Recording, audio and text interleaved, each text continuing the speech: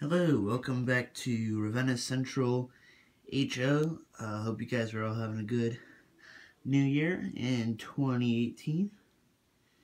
And we are going to do a Meet the Fleet for this year.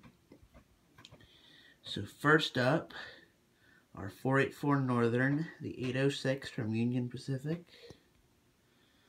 Missouri Pacific 102, it's Class 080. Next to that, we've got Pennsylvania Railroad 040 Class 2584. Then the John Deere Christmas Village 060. 040 Camelback from Philadelphia and Reading, the 1180. Next is the Union Pacific 3600, the Omaha, which is now 71 years old.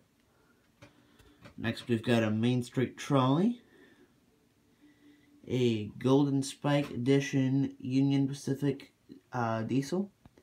Next to that we've got a Union Pacific GP40 and a John Deere. And I'll give you a look over the tops of these guys. So that's a pretty beautiful fleet. And one more here. And that will be the Goodyear Wingfoot 100. Now I do have two other engines. A little industrial switcher from Chesapeake, Ohio, 1967. And the Baltimore, Ohio 4073, which is a Pacific steam engine of 462.